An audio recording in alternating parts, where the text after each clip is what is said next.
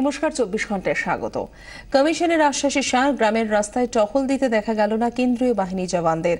বাড়ি থেকে ভোটারদের নির্বিঘ্নে ভোট কেন্দ্রে পৌঁছানোর দায়িত্বেও নজরে পড়ল না আধা সেনার। সব বুথের ভেতরেই নেই কেন্দ্রীয় বাহিনী, বেশ কিছু বুথে রাজ্য পুলিশের অবাধ আনাগোনা।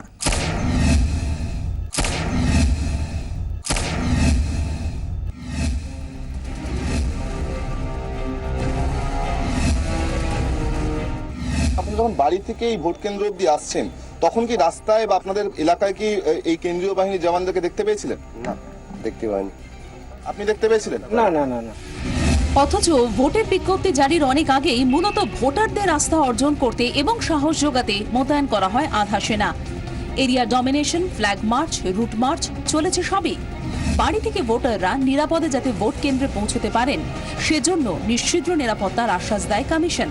Also to ensure that voters are able to reach polling stations from their homes without obstruction. কিন্তু সোমবার দেখা গেল সম্পূর্ণ ভিন্ন ছবি। শুনশান রাস্তা, দেখা নেই আধা সেনার।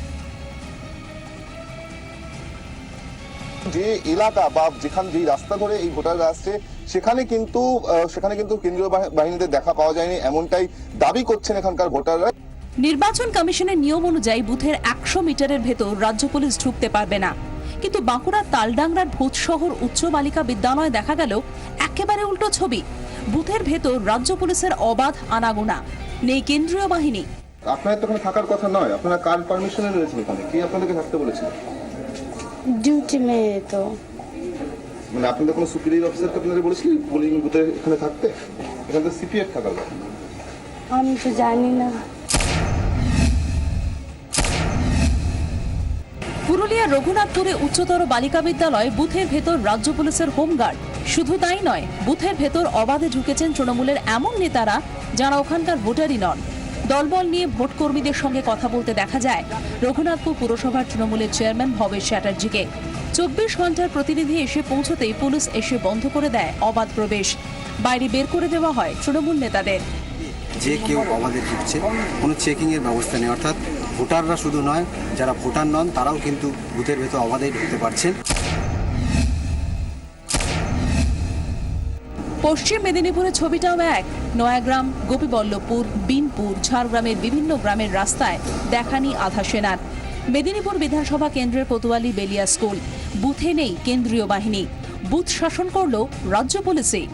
কেন্দ্রীয় বাহিনীর মোতায়েন সংক্রান্ত বিষয়ে যে লালগড়ের বিস্তীর্ণ এলাকা আমরা যখন ঘুরে বেড়ালাম, তখন কিন্তু আমরা কোনো জায়গায় গ্রামে বা রাস্তায় কেন্দ্রীয় বাহিনীর প্যাট্রোলিং বা তাদের রুট মার্চ আমাদের চোখে পড়ল না। ব্যুরো রিপোর্ট, 24 ঘন্টা। প্রথম দফার ভোটে কেন্দ্রীয় বাহিনীর ভূমিকা নিয়ে অসন্তোষ ধরা পড়ল বিরোধী শিবিরে। যদিও শাসক পক্ষের দাবি কেন্দ্রীয় বাহিনী বহাল তবিয়তে ছিল মাঠে ময়দানে, তাদের ভূমিকা নিয়ে অভিযোগ থাকলে জবাব দেবে নির্বাচন কমিশন। কেন্দ্রীয় বাহিনীর যতটা সক্রিয় থাকা উচিত ছিল, সর্বত্র ততটা সক্রিয় ছিল না। এটা আমরা ইলেকশন কমিশনকে জানাবো, যাতে ইলেকশন কমিশন পরের দফা নির্বাচনে আরো সতর্কতা কেন্দ্রীয় বাহিনীর ক্ষেত্রে রাখে। এরিয়া ডমিনেশনের ক্ষেত্রে কেন্দ্রীয় বাহিনীর কাছ থেকে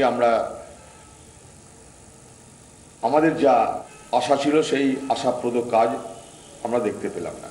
আমরা বলেছিলাম নির্বাচন কমিশনের কাছে যে এলাকায় টহলদারি বাড়ানো হোক, এলাকায় এলাকায় নাকাবন্দি করা হোক, এলাকায় মানুষের ভোট দিতে আসার প্রবণতা তৈরি করার জন্য তাদের মধ্যে আস্থা বিশ্বাস অর্জন করার লক্ষ্যে কেন্দ্রীয় বাহিনীর সতর্কতা, নজরদারি, টহলদারি বাড়ানো হোক।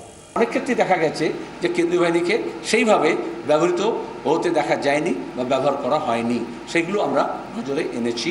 কারণ ওই থানার আইসি, ওই স্টেট অ্যাডমিনিস্ট্রেশনে একদম যে লোয়েস্ট লেভেলের যে ডিল করছেন, তারা তো ঠিক করছেন তাকে কীভাবে ব্যবহার করবেন, কোথায় নিয়ে যাবেন না।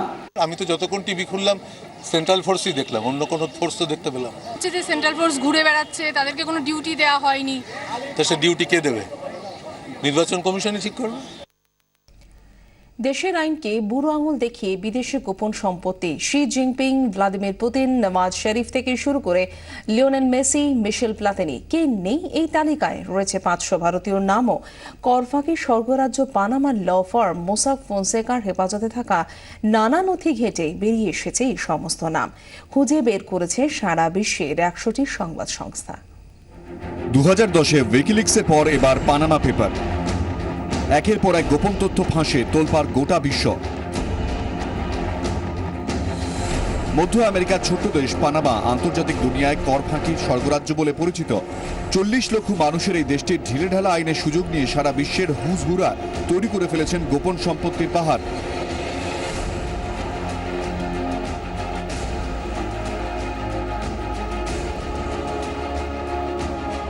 মোসাক ফোনসেকা অ্যান্ড কোম্পানি, পানামার এই ল ফার্মের বহু গোপন নথি সুয়েড ডয়েটসে জাইতুং নামে একটি জার্মান সংবাদপত্রের হাতে আসে। অন্তর্তদন্তমূলক সাংবাদিকতার আন্তর্জাতিক প্রতিষ্ঠান international consortium of investigative journalist ICIJ K German কাগজটি সেই সব তথ্য দেয়। শুরু হয় একযোগে অনুসন্ধান। পানামার ল ফার্মের নথি ঘেঁটে ICIJ এর সাংবাদিকদের দাবি, মক্কেলদের কোটি কোটি টাকার গোপন সম্পত্তি রক্ষা করতে আইনি পরামর্শ দিয়েছে মোসাক ফোনসেকা। পানামা পেপারে 12 রাষ্ট্রনেতা, 140 রাজনীতিবিদের গোপন সম্পত্তি, তালিকায় সেলিব্রিটিরাও। পানামা পেপার বলছে রুশ প্রেসিডেন্ট ভ্লাদিমির পুতিনের 2 ঘনিষ্ঠ সহযোগী ভুয়ো সংস্থার মাধ্যমে 200 কোটি মার্কিন ডলার সরিয়েছেন। চীনের প্রেসিডেন্ট শি জিনপিং এর পরিবারও বিদেশের টাকা সরিয়েছে। রয়েছে পাক প্রধানমন্ত্রী নওয়াজ শরীফের নামও। আইসল্যান্ডের প্রধানমন্ত্রী, ইউক্রেনের প্রেসিডেন্ট, সৌদি আরবের রাজার নামও রয়েছে পানামা পেপারে। বাশার আল আসাদ, হোসনি মুবারক, মুয়াম্মার গাদ্দাফির পরিবারের সদস্যরাও বিদেশে টাকা সরিয়েছেন বলে তদন্তে উঠে এসেছে। লিওনেল মেসি, মিশেল প্লাতিনি এবং ফিফার নীতি কমিটির সদস্য জাঁ পেড্রো দামিয়ানির বিরুদ্ধে ভুয়ো সংস্থার মাধ্যমে বিদেশে গোপন সম্পত্তির অভিযোগ উঠেছে। তালিকায় রয়েছেন জ্যাকি চ্যানও। রাজনীতিবিদ থেকে শুরু করে সেলিব্রিটিদের বিরুদ্ধে বিদেশে কোটি কোটি টাকা গোপন সম্পত্তির অভিযোগ। যদিও পানামা পেপারে উঠে আসা এই সমস্ত ডিলের অধিকাংশকেই বেআইনি তকমা দেওয়া যাচ্ছে না বলে জানিয়েছে ICIJ। ব্যুরো রিপোর্ট, 24 ঘন্টা। পানামা পেপারসে অমিতাভ বচ্চন, ঐশ্বরিয়া রায় সহ দেশের প্রথম সারির শিল্পপতিদের নাম জড়িয়েছে। অভিযোগ মিথ্যে বলে দাবি করেছেন ঐশ্বরিয়া, যদিও বিগ বি এখনো পর্যন্ত নিরুত্তর। আইন ফাঁকি দেননি বলে দাবি করেছেন শিল্পপতিরাও। বিদেশে ভারতীয়দের গোপন সম্পত্তির হদিশ পেতে প্রধানমন্ত্রী তদন্তের নির্দেশ দিয়েছেন। গোটা ঘটনায় শীর্ষ আদালতে নজরদারি চেয়েছে কংগ্রেস। কয়েকদিনের মধ্যেই কালো টাকা উদ্ধারে গঠিত স্পেশাল ইনভেস্টিগেশন টিম তাদের পরবর্তী রিপোর্ট জমা দেবে। তার আগেই বিস্ফোরণ। কর ফাঁকি স্বর্গরাজ্যে কোম্পানি খুলে অনেকেই আইনের ফাঁক গলে বেরোতে চেয়েছেন বলে অভিযোগ। সাহায্য করেছে পানামার ল ফার্ম মোসাক ফোনসেকা। একটি ভারতীয় সংবাদ মাধ্যমের দাবি অনুযায়ী পানামা পেপার বলছে 1993 সালে বাহামায় নথিভুক্ত 3টি এবং ব্রিটিশ ভার্জিন আইল্যান্ডে নথিভুক্ত একটি কোম্পানির ডিরেক্টর পদে নিযুক্ত হন অমিতাভ বচ্চন। 2005-এ ব্রিটিশ ভার্জিন আইল্যান্ডে নথিভুক্ত একটি কোম্পানির ডিরেক্টর ও শেয়ার হোল্ডার ছিলেন ঐশ্বরিয়া রায়। DLF এর KP সিং, শিল্পপতি সমীর গেহলট, শিল্পপতি গৌতম আদানির দাদা বিনোদ আদানি, বিজেপি নেতা শিশির বজোরিয়া, আইনজীবী হরিশ সালভে, গ্যাংস্টার ইকবাল মির্চির নামও রয়েছে পানামা পেপারে। বিদেশে গোপন সম্পত্তির মালিকদের সতর্ক করেছেন কেন্দ্রীয় অর্থমন্ত্রী Arun Jaitley. We have constituted a multi-agency group to monitor all the information and to collect further information in this regard. That multi-agency group will comprise of various government agencies which deal with this subject, the CBDT, the FIU, the FT and TR, as also the representatives of the Reserve Bank. They will continuously monitor these, and whichever accounts are found to be unlawful, strict action as per existing law is going to be taken against them. 500 नामों में अनेकों नाम ऐसे हैं जो प्रधानमंत्री जी के औद्योगिक मित्र मंडली भी है, प्रधानमंत्री जी के साथ ट्रैवल कंपेनियंस भी हैं और प्रधानमंत्री जी के ब्रांड एम्बेसडर्स भी हैं। क्या प्रधानमंत्री इन 500 नामों पर और जो 1600 नाम इससे पहले आए हैं काला धन खाता धारकों के, किस प्रकार से सीमित समय में कार्रवाई करेंगे, ये उनकी विश्वसनीयता को देश में दर्शाएगा। সুইস ব্যাংকে গোপন অ্যাকাউন্ট রয়েছে এমন 1100 ভারতীয় তালিকা গত বছর প্রকাশ করা হয়। বিশেষজ্ঞরা বলছেন এবার পানামা পেপার দেখিয়ে দিল আইনকে বুড়ো আঙুল দেখিয়ে কিভাবে বিদেশে জমা হচ্ছে কালো টাকা।